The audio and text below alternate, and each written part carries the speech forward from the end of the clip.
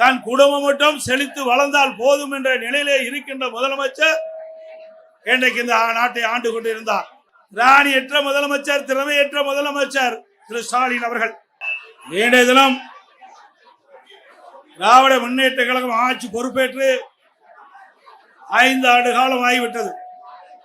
இந்த 5 ஆண்டு காலத்திலே தமிழக மக்கள் பட்ட துன்பங்கள் ஏராளம். இன்றைக்கு ஒவ்வொரு நாளும் மக்கள் படுகின்ற துன்பம் இந்த ஆட்சியாளர் அதை பற்றி கவலைப்படாமல் மக்கள் எக்கேடு கெட்டு போனாலும் பரவாயில்லை,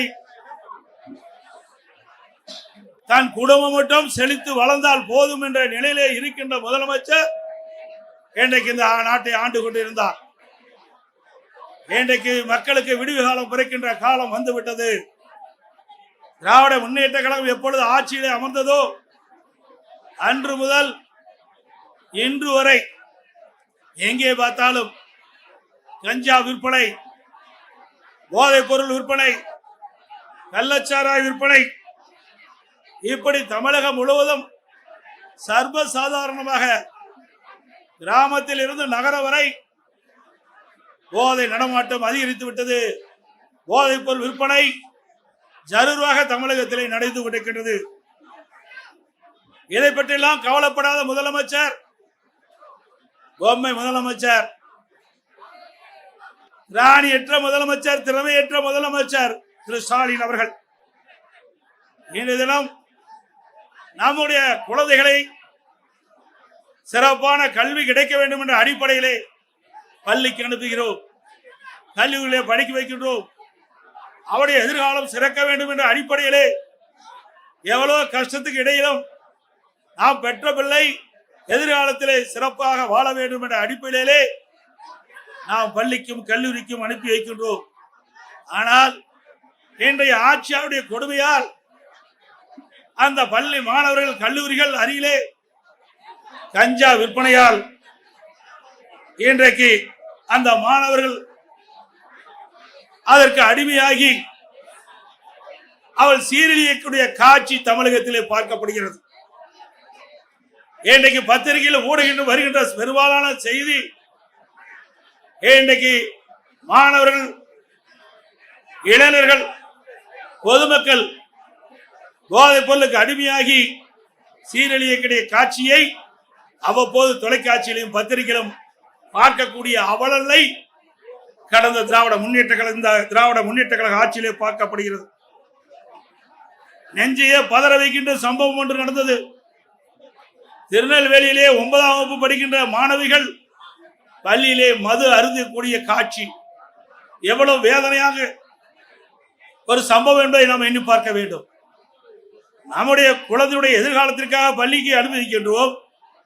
ஆனால் இந்த விடியா திமுக ஆட்சியிலே படிக்கிற காலத்திலே பள்ளியிலே மாணவிகள் மது அருந்துகின்ற காட்சி பத்திரிகையிலும் ஊடகத்திலும் வருகின்றது. ஒரு வேதனையான சம்பவம். அதை பற்றியெல்லாம் இந்த அப்பா ஸ்டாலின் கவலைப்படுவதாக தெரியவில்லை. இன்றைக்கு தமிழகத்தில் உளவுத்துறை இருக்கின்றதா என்று மக்கள் கேட்கின்ற நிலைக்கு உளவுத்துறையுடைய செயல்பாடு செயலிழந்து இருக்கின்றது. இப்படிப்பட்ட சம்பவங்கள் நடைபெறுகின்ற பொழுது, போதைப் பொருள் விற்பனை அதிகரிக்கின்ற பொழுது அரசுக்கு உரிய முறையிலே தெரிவித்து இந்த உளவுத்துறை செயல்பட்டு இருக்க வேண்டும். ஆனால் தமிழகத்தில் இருக்கின்ற உளவுத்துறை திரு கருணாநிதி குடும்பத்திற்கு, ஸ்டாலின் குடும்பத்திற்கு ஏவல் செய்கின்ற உளவுத்துறையாகத்தான் பார்க்கப்படுகிறது. இன்றைக்கு போதை ஆசாமிகள் அவர்களை பிடிக்க செல்கின்ற காவலர்களை கண்மூடித்தனமாக தாக்கின்றார்கள். காவலருக்கே இந்த ஆட்சியில் பாதுகாப்பு இல்லாத ஒரு சூழ்நிலை விடியா திமுக ஆட்சியில் தான் பார்க்கப்படுகிறது. சில இடத்திலே அந்த போதை ஆசாமிகளால் கைது செய்ய முற்படுகின்ற பொழுது கத்தி காட்டி காவலர்களை மிரட்டுகின்ற காட்சி நாம் பத்திரிகையிலும் ஊடகத்திலும் பார்க்கக்கூடிய அவலங்களை தமிழகத்திலே இன்றைக்கு நிலவிக் கொண்டிருக்கின்றது. இன்றைக்கு பயிரை காப்பது வேலி, மக்களை காப்பது காவல்துறை. அந்த மக்களுக்கே பாதுகாப்பு இல்லாத ஒரு சூழ்நிலை தமிழகத்திலே நிலவிக் கொண்டிருக்கின்றது. அப்படிப்பட்ட அவல ஆட்சிதான் இன்றைக்கு தமிழகத்திலே நடந்து கொண்டிருக்கின்றது. இன்றைக்கு சென்னை மாநகரம் பட்டம் பகலிலே ஒரு அரசியல் கட்சி தலைவர் ஆம்ஸ்ட்ராங் வெட்டி படுகொலை செய்யப்படுகிறார். இன்று வரை உண்மையான குற்றவாளியை கண்டுபிடிக்க முடியவில்லை.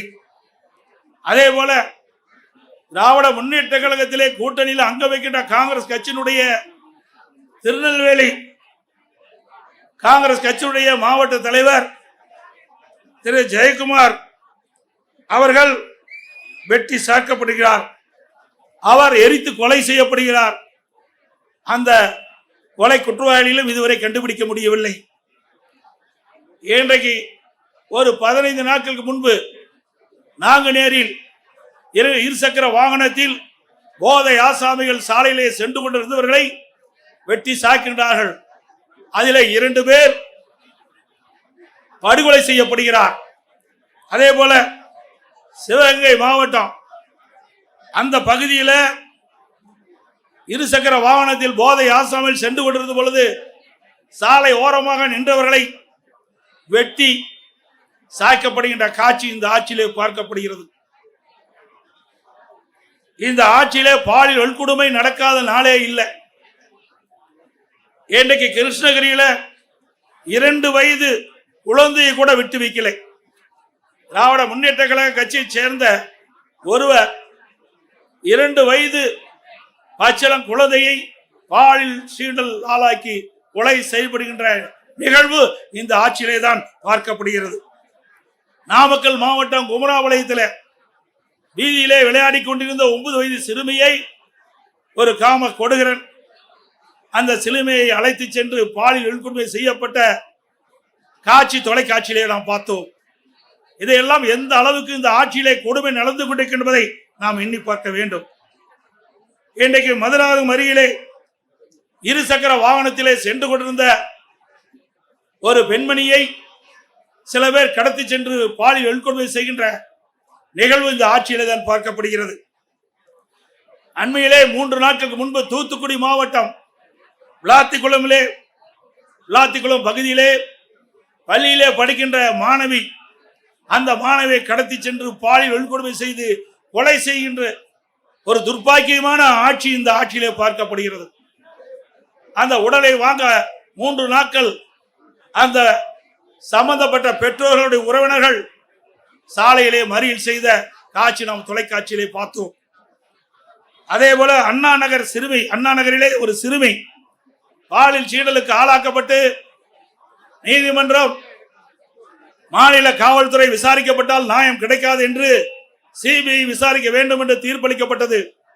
அதை எதிர்த்து வெக்கங்கட்ட அரசு உச்சநீதிமன்றத்தில் மேல்முறையீடு செய்கிறது. அப்படி என்றால் கொலை குற்றவாளிகளை இந்த அரசு எப்படி பாதுகாக்குது என்பதை நாம் எண்ணி பார்க்க வேண்டும். அதே போல கள்ளக்குறிச்சியிலே கள்ளச்சாராய் அருந்தி சுமார் 68 பேர் மரணம் அடைந்தார்கள். அதற்கு ஆளுங்கட்சி சேர்ந்தவர்கள் துணை நின்ற காரணத்தினாலே ஆளுங்கட்சியில் இருக்கின்ற அந்த நபர்கள் தப்பித்து விடக்கூடாது என்பதற்காக மாநில காவல்துறை விசாரிக்கப்பட்டால் நியாயம் கிடைக்காது என்ற அடிப்படையிலே அனைத்து இந்திய அண்ணா திராவிட முன்னேற்ற கழகம் உயர்நீதிமன்றத்திலே இந்த வழக்கை சிபிஐ விசாரிக்க வேண்டும் என்று வழக்கு தொடர்ந்து நீதிமன்றம் சிபிஐ விசாரிக்கலாம் என்று தீர்ப்பளிக்கப்பட்டது. ஆனால் இந்த விடியா திமுக அரசு உச்ச நீதிமன்றத்திலே மேல்முறையீடு செய்தது.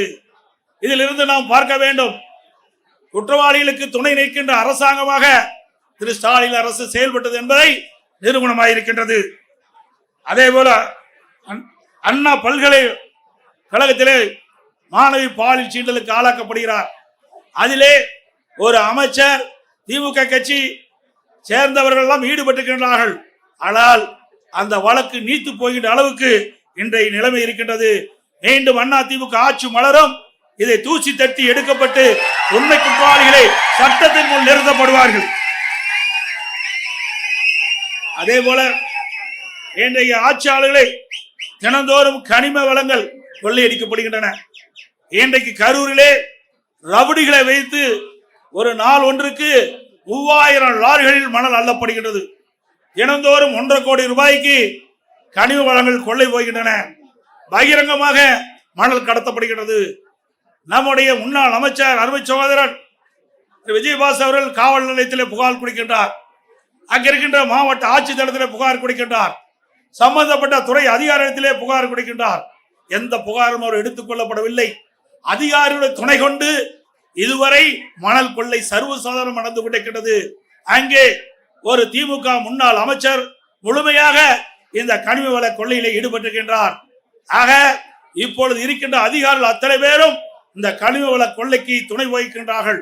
அனைத்து இந்திய அண்ணா திராவிட முன்னேற்ற கழக அரசு உங்களுடைய மகத்தான ஆதரவை ஆட்சி அமைந்தவுடனே இந்த கனிம வள கொள்ளையிலே யாரெல்லாம் ஈடுபட்டார்கள், யாரெல்லாம் இதற்கு துணை நின்றார்கள், அவர்கள் மீதெல்லாம் சட்ட ரீதியாக நடவடிக்கை எடுக்கப்படும் என்பதை நேரத்தில் தெரிவித்துக் கொள்கின்றேன். இன்றைக்கு நாம் பார்ப்பதெல்லாம் நாம் வைத்திருக்கின்ற பணத்தை திருடுவார்கள், இல்லது வீட்டிலே திருடர்கள் பூந்து நகையை திருடுவார்கள். ஆனால் இன்றைக்கு விடியா திமுக ஆட்சியிலே உடல் உறுப்புகளை திருடுகின்ற ஒரே ஆட்சி இந்த ஆட்சியிலே தான் பார்க்கப்படுகிறது. சிந்தித்து பாருங்கள். நாமக்கல் மாவட்டம் அந்த பகுதியிலே வறுமையின் காரணமாக ஏழைகள் அவருடைய உடல் உறுப்பு கிட்னியை முறைகேடாக இன்றைக்கு திமுக கட்சி சேர்ந்த எம்எல்ஏ மருத்துவமனையிலே அழைத்து சென்று முறைகேடாக அவருடைய கிட்னியை இன்றைக்கு திருடியிருக்க என்று சொன்னால் இந்த ஆட்சி எப்படிப்பட்ட ஆட்சி என்பதை எண்ணி பார்க்க வேண்டும். அது மட்டுமல்ல, இது கண்டுபிடித்ததும் திராவிட முன்னேற்ற கழகம் தான். இதற்கு ஒரு குழு போட்டதும் திராவிட முன்னேற்ற கழகம் தான். ஆக இது எல்லாம் கண்டுபிடித்த பிறகு சட்ட ரீதியாக இந்த மருத்துவமனை மீது எந்த நடவடிக்கை எடுக்கப்படவில்லை. ஆக அதிமுக ஆட்சி மலர்ந்தவுடன் இந்த கிட்னி முறைகேட்டில் ஈடுபட்ட அந்த மருத்துவமனை சம்பந்தப்பட்டவர்கள் மீது சட்ட ரீதியாக அதிமுக அரசு நடவடிக்கை எடுக்கப்படும். இது எவ்வளவு கொடுமையானது. நாட்டிலே பாதுகாப்பு கொடுக்கக்கூடிய ஒரு அரசாங்கம் அந்த ஆளுங்கட்சி சேர்ந்த எம்எல்ஏ மருத்துவமனையிலே இப்படிப்பட்ட கொடுமையான நிகழ்வு நடைபெற்று சொன்னால் இந்த ஆட்சி எப்படிப்பட்ட ஆட்சி என்பதை மக்கள் எண்ணி பார்க்க வேண்டும். இன்றைய தினம் அமைச்சரவையில் இடம்பெற்றிருக்கின்ற ஒரு துறை நகர்ப்புற வளர்ச்சித்துறை, குடிநீர் வழங்கத்துறை. அந்த துறையிலே அமலாக்கத்துறை இன்றைக்கு ஆய்வு செய்யப்பட்டு சோதனையிடப்பட்டு அந்த சோதனையிலே கிடைக்கப்பட்ட ஆதாரத்தின் அடிப்படையிலே இவர்கள் மீது நடவடிக்கை எடுக்க வேண்டும் என்று அரசுக்கு காவல்துறை, உயர்ந்த காவல்துறைக்கு அறிக்கை அனுப்பப்படுகிறது. 3 முறை அறிக்கை அனுப்பப்பட்டது அமலாக்கத்துறையின் மூலமாக. இதுவரை நடவடிக்கை எடுக்கப்படவில்லை. இன்றைக்கு இந்த துறையைச் சேர்ந்த அமைச்சர்கள், இந்த துறையைச் சேர்ந்த அதிகாரிகள் மீது இன்றைக்கு அந்த அமலாக்கத்துறை ஆதாரத்தோடு கண்டுபிடிக்கப்பட்ட அறிக்கையின் அடிப்படையிலே அங்கே முதல் தகவல் அறிக்கை பதிவு செய்யப்பட வேண்டும். ஆனால் இதுவரை செயல்படவில்லை.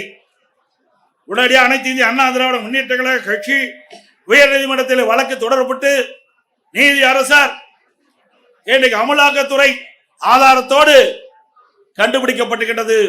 அந்த ஆதாரத்தின் அடிப்படையிலே அரசு இன்றைக்கு எஃப்ஐஆர் போட வேண்டும் என்று தீர்ப்பு வழங்கப்பட்டது. இதுவரை அந்த உயர்நீதிமன்ற தீர்ப்பை கூட அமுல்படுத்தாமல் புறக்கணிக்கின்ற அரசு திரு ஸ்டாலின் தலைமையில் இருக்கின்ற அரசாங்கம் என்பதை நேரத்தில் நினைவு கொள்ள வேண்டும். அது மட்டுமல்ல, இன்றைக்கு எங்கே பார்த்தாலும் இன்றைக்கு டாஸ்மாக் கொள்ளை. இன்றைக்கு தமிழகம் முழுவதும் 6000க்கு மேற்பட்ட மதுக்கடைகள் இருக்கின்றன. அந்த மதுக்கடையிலே சுமார் ஒரு நாளைக்கு 1.5 கோடி பாட்டில் விற்பனை ஆகின்றது. டாஸ்மாக் கடையிலே ஒரு பாட்டிலுக்கு 10 ரூபாய் என்று விலை நிர்ணயிக்கப்படுகின்ற பொழுது ஒரு நாளைக்கு 1.5 கோடி பாட்டில் டாஸ்மாக் கடையிலே விற்பனை மூலமாக ஒரு நாளைக்கு 15 கோடி ரூபாய் இந்த டாஸ்மாக் நிறுவனத்தின் மூலமாக முறையீடாக கொள்ளையடிக்கின்ற அரசு. இந்த அரசு ஒரு மாதத்திற்கு 450 கோடி, வருடத்திற்கு 5400 கோடி, இந்த 5 ஆண்டு காலத்தில் சுமார் 24,000 கோடி இந்த டாஸ்மாக் பாட்டில் விற்பனையில் மட்டும் முறையீடாக நடைபெற்ற பணம் கொள்ளையடிக்கப்பட்டுகின்றது. அதோட இன்றைக்கு இந்த ஆட்சி பொறுப்பேற்ற பிறகு எல்லா பொருள் விலை உயர்ந்து விட்டது. உணவுப் பொருட்கள் விண்ணை முட்டுகின்ற அளவுக்கு விலை உயர்ந்து விட்டது. இந்த ஆட்சியிலே மக்களுக்கு வேலை வாய்ப்பு கிடையாது. ஒரு பக்கம் வேலை வாய்ப்பு இல்ல, வருமானம் இல்ல குடும்பத்திற்கு, மறுபக்கம் விலைவாசி உயர்வு.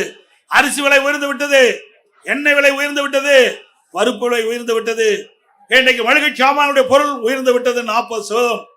ஆக மக்கள் குடும்பம் நடத்துவதற்கே கடினமான சூழ்நிலை தத்தளித்துக் கொண்டிருக்கின்ற நிலை இந்த ஆட்சியிலே பார்க்கப்படுகிறது. அதையெல்லாம் குறைப்பதற்கு இந்த அரசாங்கத்திலே போதிய கவனம் செலுத்தவில்லை. ஆனால் இன்றைய முதலமைச்சர் ஆளுகின்ற ஆட்சி இருக்கின்ற வரை அவர் போட்டோ ஷூட், தினந்தோறும் காலையிலே போட்டோ ஷூட் எடுப்பார், மாலையிலே பத்திரிகையில ஊடகத்தில் வரும். அதுதான் இந்த 5 ஆண்டு காலத்தினுடைய இந்த விடியா திமுக ஆட்சியுடைய சாதனை என்பதை நாட்டு மக்கள் அறிவார்கள். அதே போல இந்த ஆட்சி பொறுப்பேற்ற பிறகு மின் கட்டணம் பல மடங்கு உயர்ந்து விட்டது. சென்னை மாநகர மக்கள் எண்ணி பார்க்க வேண்டும். அனைத்து இந்திய அண்ணா திராவிட முன்னேற்ற கழக ஆட்சியில் இருந்த மின் கட்டணத்தை விட திராவிட முன்னேற்ற கழகம் ஆட்சிக்கு வருவது பன்மடங்கு மின் கட்டணத்தை அதிகரித்திருக்கின்றது. அண்ணா திமுக ஆட்சியிலே 1000 ரூபாய் மின் கட்டணம் செலுத்துவோர் என்றால் இப்பொழுது 2500 ரூபாய் மின் கட்டணம் செலுத்த வேண்டிய சூழ்நிலை ஏற்பட்டிருக்கிறது. சுமார் 67% மின் கட்டண உயர்வு. கடைகளுக்கு பீக் ஹவர்ல டபுள் சார்ஜ் மின் கட்டண உயர்வு. ஆண்டுக்கு 5% மின் கட்டண உயர்வு என்று அறிவிக்கப்பட்டு இந்த அரசு மக்களை வாட்டி வதைக்கின்றது. அதே போல வீட்டு வரி 100% உயர்த்தப்பட்டு விட்டது. இன்றைக்கு 1000 ரூபாய் வீட்டு வரி செலுத்துகின்றவாள் இன்றைக்கு 2000 ரூபாய் வீட்டு வரி செலுத்த வேண்டும் மாநகர பகுதியிலே. அதோட கடைக்கு அண்ணா திமுக ஆட்சியிலே 1000 ரூபாய் நீங்கள் கடை வரி செலுத்த வேண்டும் இருந்தால் இப்பொழுது 2500 ரூபாய் கடைக்கு வரி செலுத்த வேண்டும். அது மட்டும் இல்லாம ஆண்டுக்கு 6% இந்த வரிகள் உயர்த்தப்படுகின்றன. இதனால் மக்கள் மீது மிகப்பெரிய வரி சுமையை சுமத்திய அரசாங்கம் திரு ஸ்டாலின் அரசாங்கம் என்பதை நேரத்தில் தெரிவிக்க விரும்புகின்றேன். அதே போல கட்டிடம் கட்டுகின்ற அனுமதி கிட்டத்தட்ட பன்மடங்கு உயர்த்தப்பட்டுகின்றது, 2 மடங்கு உயர்த்தப்பட்டுகின்றது. 1000 சதுரடி கட்ட வேண்டும் என்று சொன்னால் அண்ணா திமுக ஆட்சியில் இருந்தது விட இப்பொழுது இருக்கின்ற விடியா திமுக ஆட்சியில் பிளான் அப்ரூவ்டுக்கு மாநகராட்சி பகுதியில 3 மடங்கு அதிக கட்டணம் வசூல் செய்யப்படுகிறது. அதே போல கட்டுமான பொருட்கள் சிந்திக்க வேண்டும், கடுமையாக உயர்ந்து விட்டது. திராவிட முன்னேற்ற கழக தேர்தல் அறிக்கையிலே குறிப்பிட்டிருந்தார்கள், கட்டுமான பொருட்கள் விலை ஏறுகின்ற பொழுது அதை அத்தியாவசிய பட்டியலில் சேர்க்கப்பட்டு விலை கட்டுப்பாட்டுகள் கொண்டு வரப்படும் என்று நான் சட்டமன்றத்திலே இன்றைக்கு அந்த துறையுடைய அமைச்சரை கேட்டேன். நீங்கள் இப்பொழுது கட்டுமான பொருட்கள் விலை உயர்ந்து விட்டது, நீங்கள் கூறியவாறு நீங்கள் அறிவித்தவாறு கட்டுமான பொருட்கள் விலை உயர்கின்ற பொழுது தேர்தல் அறிக்கையிலே குறிப்பிட்டீர்களே அத்தியாவசிய பட்டியலில் இதை சேர்க்க வேண்டும் என்று குறிப்பிட்டேன். பதிலே இல்லை. இன்னைக்கு சிந்தித்து பார்க்க வேண்டும். கட்டுமான பொருட்கள் கட்டுக்கடங்காத விலையாக உயர்ந்து விட்டது. கம்பி டன் 40,000 ரூபாய்க்கு அண்ணா திமுக ஆட்சி இன்னைக்கு 60,000 ரூபாய்க்கு விற்குது. சிமெண்ட் ஒரு மூட்டை அண்ணா திமுக ஆட்சியில 240, இன்னைக்கு 340 ரூபாய். அதுபோல எம்சாண்ட் 3000 ரூபாய்க்கு வித்த எம்சாண்ட் 5500 ரூபாய். ஜல்லி ஒரு யூனிட் 2000 ரூபாய்க்கு வித்தது, இன்றைய தினம் 6000 ரூபாய்க்கு விற்கிறது. இப்படி பன்மடங்கு கட்டுமான பொருட்களுடைய விலை உயர்ந்தனால கட்டுமான தொழில் கடுமையாக பாதிக்கப்பட்டது. லட்சக்கணக்கான தொழிலாளர்கள் பாதிக்கப்பட்டார்கள். இன்றைக்கு வீடு கட்டுகின்றவர்கள் மிகுந்த வேதனைக்கு உட்பட்ட நிலை இன்றைக்கு உருவாக்குகிறது. அது மட்டுமல்ல, ஸ்டாலின் எப்பொழுது பார்த்தாலும் சொல்லுகிறார் இந்தியாவிலேயே முதல் மாநிலம் தமிழ்நாடு என்று சொல்லுகிறார். எதில் முதல் மாநிலம்? கடன் வாங்குவதிலே முதல் மாநிலம் தமிழ்நாடு. அத்தனை பேரும் கடன்காரனா ஆக்குனது திமுக ஆட்சியில, மறந்துவிடக் கூடாது. இந்த கடனை எல்லாம் நாம் தாம் அடைக்க வேண்டிய சூழ்நிலைக்கு தள்ளப்பட்டிருக்கும் என்பதையும் எண்ணி பார்க்க வேண்டும். அதோடு இன்றைக்கு திராவிட முன்னேற்ற கழக ஆட்சி அமைந்த பிறகு 2026 மொத்த கொலைகள் 110 கொலைகள் இந்த ஆண்டு மட்டும் நடந்திருக்குது. பிப்ரவரி 2026 மொத்த கொலைகள் எண்ணிக்கை 84, மார்ச் 17 எண்ணிக்கை 52. கடந்த 75 நாட்கள்ல நடந்த மொத்த கொலை எண்ணிக்கை 246 கொலைகள் நடக்குது. கொலைகள் நடக்காத நாளே இல்லை. இந்த ஆட்சி பொறுப்பேற்றது மக்களுக்கு பாதுகாப்பு இல்ல, இன்றைக்கு சிறுமிகளுக்கு பாதுகாப்பு இல்ல, பெண்களுக்கு பாதுகாப்பு இல்ல, ஒட்டுமொத்த தமிழ்நாட்டு மக்களுக்கே பாதுகாப்பு இல்லாத ஒரு சூழ்நிலை நிறைந்த மாநிலம் தமிழ்நாடு. இன்றைக்கு கடந்த ஒரு இடத்தில் நடந்த கொலைகள் எண்ணிக்கை மட்டும் 1408. இத அதிகாரிகளை வைத்து இன்றைக்கு பேட்டி கொடுக்கறாங்க. ஏன் ஆட்சியாளர்கள் பேட்டி கொடுக்க முன் வரல? ஏன்னா அவ்வளவு பிரச்சனை இந்த ஆட்சியில இருக்கின்ற காரணத்தினால அவர்களால் முன் வந்து இந்த செய்தியை மக்களிடத்திலே தைரியமாக சொல்ல முடியாத ஒரு அவல ஆட்சி திமுக பார்க்கப்படுகிறது என்பது நேரத்திலே தெரிவிக்க விரும்புகின்றேன். அது மட்டுமல்ல, இன்றைக்கு லாக்அப் மரணம் சிந்திச்சு பாருங்க. சிவகங்கை மாவட்டம் கோயில் காவலாளி அஜித்குமார் ஒரு திருட்டு வழக்குல வேண்டுமென்றே திட்டமிட்டு அவர் மீது வழக்கு பதிவு செய்யப்பட்டு அவரை கஸ்டடியிலே கொலை செய்யப்பட்டுகின்ற நிகழ்வு இந்த ஆட்சியிலே தான் பார்க்கப்படுகிறது. ஆகாஷ் லாக்அப் மாறணும். அவர்களும் இன்றைய நிலையில இந்த ஆட்சியாளர் கொடுமையால இன்றைக்கு அந்த உயிரை நாம் இழந்திருக்கின்றோம். இன்றைக்கு திராவிட முன்னேற்ற கழகம் 2021 சட்டமன்ற பொதுத் தேர்தலில் சுமார் 525 அறிவிப்புகள் வெளியிட்டாங்க. 1% அறிவிப்புகள் கூட 1/4 அறிவிப்பு கூட இதுவரைக்கும் நிறைவேற்றப்படவில்லை. அத்தனையும் பொய். இன்றைக்கு ஸ்டாலின் சட்டமன்றத்திலும் இன்றைக்கு ஊடகத்திலும் அவர் பேசுகின்ற பொழுது, கருத்துக்களை சொல்லுகின்ற பொழுது, திராவிட முன்னேற்ற கழகம் 98% அறிவிப்புகள் நிறைவேற்றப்பட்டதாக ஒரு பச்சை பொய்யை இன்னைக்கு மக்களிடத்திலே சொல்லிக் கொண்டிருக்கின்றார். அத்தனையும் பொய். மக்கள் புரிந்து கொண்டார்கள். இந்த ஆட்சியை விரட்டி அடிக்க மக்கள் முன் வந்து விட்டார்கள். இன்றைக்கு கொடுக்கப்பட்ட வாக்குறுதியை நிறைவேற்றாத காரணத்தினாலே அரசு ஊழியர்கள் வீதியிலே வந்து போராடக்கூடிய சூழ்நிலைக்கு தள்ளப்பட்டார்கள்.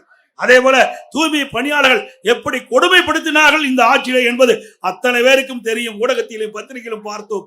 அப்படி தூய்மை பணியாளர்களையும் கொடுமைப்படுத்திய அரசாங்கம் விடியா திமுக அரசும். அதே போல கொடுக்கப்பட்ட வாக்குறுதியை நிறைவேற்ற வேண்டும் என்று பகுதி நேர ஆசிரியர்கள், சத்துணவு அமைப்பாளர்கள் வீதியிலே வந்து போராடுகின்ற நிலை இந்த ஆட்சியிலே தான் பார்க்கப்பட்டது என்ற செய்தி இந்த நேரத்திலே தெரிவித்து, இன்றைக்கு இவ்வளவு பிரச்சனைக்கு காரணம் சட்ட ஒழுங்கு நிரந்தர டிஜிபி நியமிக்கல. கிட்டத்தட்ட 9 மாத காலமாக நீதிமன்றம் குறிப்பிட்டு கூட இன்னும் தமிழகத்துல ஒரு நிரந்தர சட்ட ஒழுங்கு டிஜிபியை நியமிக்க முடியாத ஒரு திராணற்ற அரசு விடியா திமுக அரசாங்கம் என்பதை நேரத்திலே தெரிவித்து, இனியாவது பத்திரிகையாளர் ஊடக நண்பர்களும் தகுதியுமா செய்தி போடுங்க. இத்தனை நாள் பயந்து இருந்தது போதும்.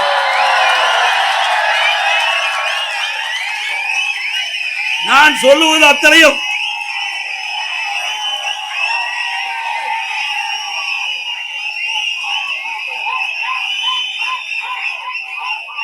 நான் இதுவரைக்கும் சொன்ன செய்திகள் அத்தனையும் பத்திரிகையிலும் ஊடகத்திலும் வந்தவை, நாங்களாக திருத்தி சொல்லவில்லை. ஆகவே இந்த உண்மை செய்திகள் எல்லாம் நாட்டு மக்களுக்கு கொண்டு போய் சேர்க்க வேண்டிய கடமை ஊடக நண்பர்களுக்கும் பத்திரிகை இருக்கின்ற என்பதை உணர்ந்து நடுநிலையோடு செயல்பட்டு நாட்டு மக்களை பாதுகாப்பதற்கு நீங்கள் அத்தனை பேரும் ஊடக நண்பர்களும் பத்திரிகை துணை நிற்க வேண்டும் என்று அன்போடு உங்களை கேட்டுக்கொள்கின்றேன். மக்கள் ஒரு ஆட்சி அகற்றப்பட வேண்டும். குடும்ப ஆட்சிக்கு முற்றுப்புள்ளி வைக்கின்ற தேர்தல் இந்த தேர்தல். ஊழல் விளம்பரம் மட்டும் செய்த திமுக ஆட்சியின் ஆட்டம் கடந்த 15ஆம் தேதியோடு முடிவு கட்டப்பட்டு விட்டது. தமிழ்நாட்டிற்கு இன்னைக்கு வசந்த காலம் ஆரம்பிக்கப்பட்டு விட்டது. பெண்களுக்கு பாதுகாப்பான ஆட்சி விரைவிலே மக்களால் கொடுக்கப்படுகிறார். இளைய சமுதாயத்திற்கு ஒளிமயமான எதிர்காலம் காத்துக் கொண்டிருக்கின்றது. மே மாதம் ஆட்சிக்கு வருவோம், நல்ல ஆட்சி அமைப்போம். நடைபெறவுள்ள சட்டமன்ற பொதுத் தேர்தலிலே அனைத்து இந்திய அண்ணா திராவிட முன்னேற்ற கழகம் தலைமை தாங்கியுள்ள தேசிய ஜனநாயக கூட்டணி அதிக இடங்களிலே வெற்றி பெற வேண்டும். அனைத்து இந்திய அண்ணா திராவிட முன்னேற்ற கழக வேட்பாளர் நிற்கின்ற தொகுதியிலே இரட்டை சின்னத்திலே வாக்களித்து வெற்றி பெற செய்யுங்கள். நம்முடைய தேசிய ஜனநாயக கூட்டணி சார்பாக போற்றுகின்ற வேட்பாளருக்கு அவருடைய சின்னத்திலே வாக்களித்து அவர்களை வெற்றி பெற செய்ய வேண்டுமாய் கேட்டு விடைபெறுகின்றேன். நன்றி, வணக்கம். இப்பொழுது ஆர்ப்பாட்டம் வாசிக்கப்படும். அதை திருப்பி நாம் ஒவ்வொருவரும் குறிப்பிட வேண்டும் என்று அன்போடு கேட்டுக்கிறேன்.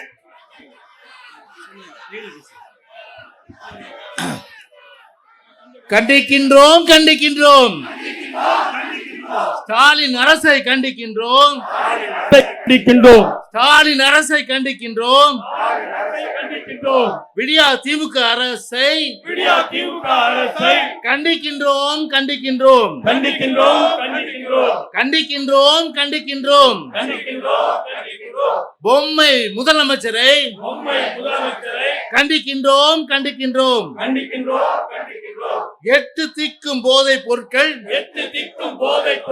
போதைப் பொருட்கள் புழக்கம் புழக்கம் கட்டுப்படுத்த முடியாத